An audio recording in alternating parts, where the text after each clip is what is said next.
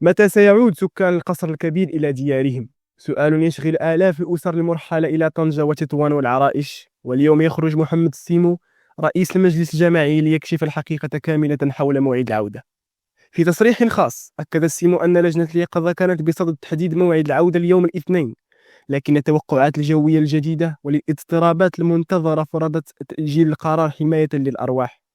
المدينة لا تزال مغلقة، والطريق الرابطة مع الرباط مقطوعة تماما بسبب شلل الحركة الذي خلفته ارتفاع منسوب المياه.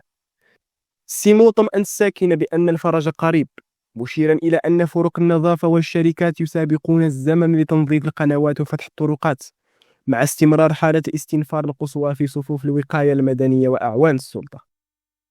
رئيس الجماعة لم يغفل معاناة الفلاحين الصغار مع انقطاع الطرق وصعوبة إيصال الأعلاف، موجها نداء بتسهيل حركة شاحنات المواد الأساسية، كما زف بشرى للتجار والفلاحين المتضررين، مؤكدا ثقته في أن الدولة ستتدخل لتعويضهم عن الخسائر تماما كما حدث في تجارب سابقة. الصبر ثم الصبر هي الرسالة التي وجهها السيمو للساكنة، مؤكدا أن الرجوع قريبا مرتبط فقط باستقرار الحالة الجوية.